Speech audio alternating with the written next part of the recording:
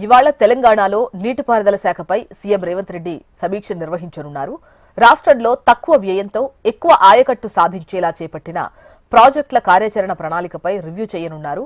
కల్వకుర్తి ఎత్తిపోతల, పాలమూరు రంగారెడ్డి, దేవాదుల ఎత్తిపోతల, సీతారామ ఎత్తిపోతల పథకం లాంటి ప్రాజెక్టుల పూర్తికి ఉన్నటువంటి అడ్డంకులపై సమీక్షిస్తారు సీఎం రేవంత్ రెడ్డి.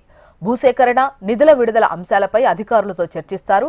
ఇక అంతకుముందు ఇటీవల నీటిపారుదల శాఖకు ఎంపికైనటువంటి 224 మంది అసిస్టెంట్ ఇంజనీర్స్, 199 మంది జూనియర్ టెక్నికల్ అధికారులకు నియామక పత్రాలు అందిస్తారు సీఎం.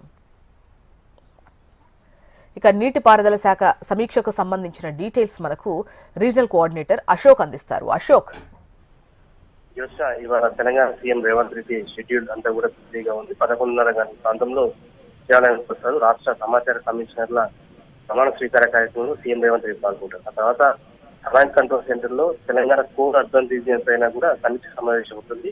అదే సమయంలో పంపుల్ స్టోరేజ్ ప్రాజెక్టుల పైన కూడా సమావేశం ఉంటుంది. ఆ తర్వాత నేరుగా జలసౌధకు వస్తారు. జలసౌధలో అయితే ఈ మధ్యనే ఏదైతే నీటిపారుదల శాఖలో కొత్తగా నియమితులైనటువంటి ఏఈటీఓలకు నియామక పత్రాలను మంత్రి ఉత్తమ్ కుమార్ కలిసి సీఎం రేవంత్ రెడ్డి అందజేస్తారు. అనంతరం ప్రధానంగా తెలంగాణలో పాలమూరు రంగారెడ్డి ఎత్తిపోతల పథకం కావచ్చు, సీతమ్మ సాగర్ ప్రాజెక్టు, అలాగే తుపాకులకు పెంచుకున్నటువంటి ప్రాజెక్టు, ఈ ప్రాజెక్టులకు సంబంధించి కూడా సీఎం రేవంత్ రెడ్డి సమీక్ష సమావేశం నిర్వహిస్తారు.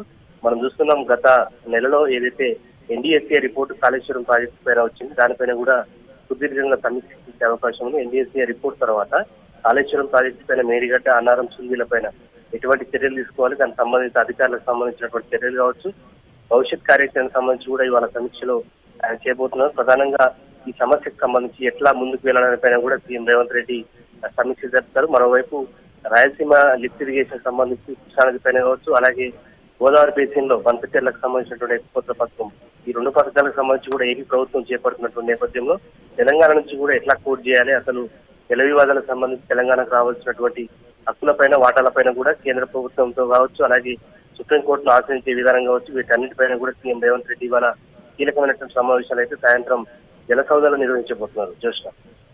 రైట్ అశోక్.